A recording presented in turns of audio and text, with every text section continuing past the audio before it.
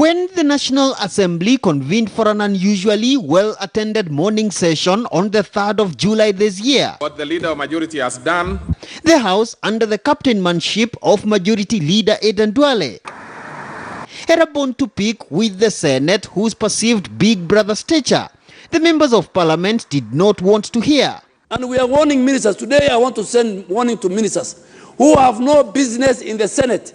If you go to the Senate, the relevant committee of this House will call you and you will tell us under what provision of the law you have been there. And if you have no serious answer, then we are going to impeach you. But it would emerge only days later that the spirited attacks on the Senate that morning had been a well-calculated fight back by the MPs when word got to the House. Honorable Senators!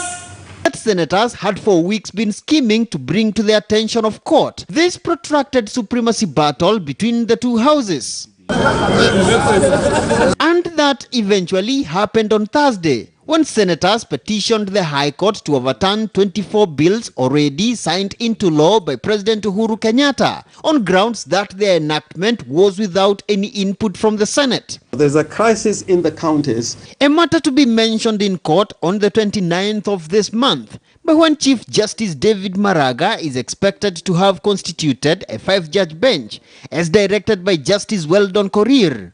We require High Court more than ever to interpret to us which functions falls where, what is the actual role of the National Assembly, which bills must be taken to Senate for approval. In the future, I would like to see maybe the two speakers engaging separately.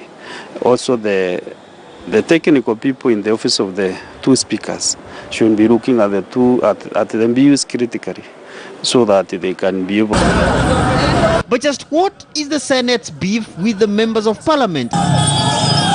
And do devolution enthusiasts really have reason to worry over senators' claims of existence of a political conspiracy rooted at the National Assembly to kill devolution, with the Senate as a key casualty? Only less than a week earlier, governors from across the country had marched to the Supreme Court, where they sued Treasury and the National Assembly over the now prolonged stalemate of revenue share to the counties, which has now threatened to stall services across the 47 devolved units. The governors claim Treasury, working in cahoots with MPs, had conspired to perpetually ignore recommendations from the Commission on Revenue Allocation on how much should go to the counties.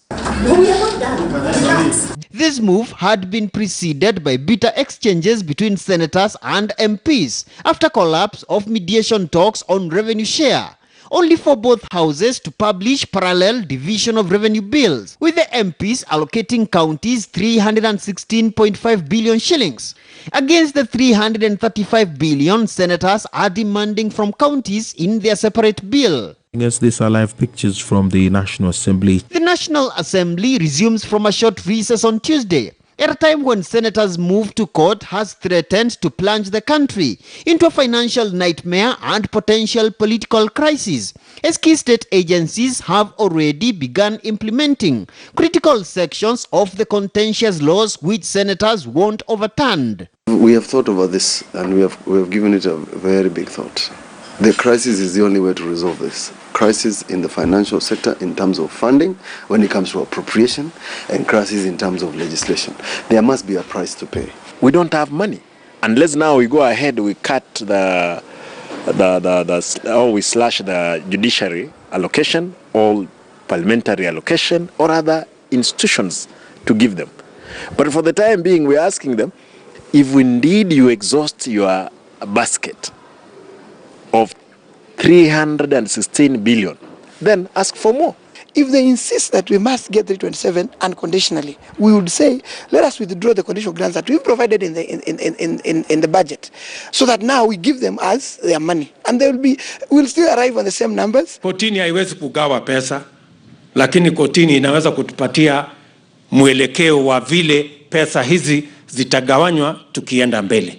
So there is no harm. Let us respect the law, let us respect the constitution, but let us look for harmony. Among the contentious legislations is the Health Laws Amendment Act of 2018, enacted in May despite senators' protest that they never got a chance to give their input at a time when counties and medical professionals alleged the law would give loopholes for influx of counterfeit medicine.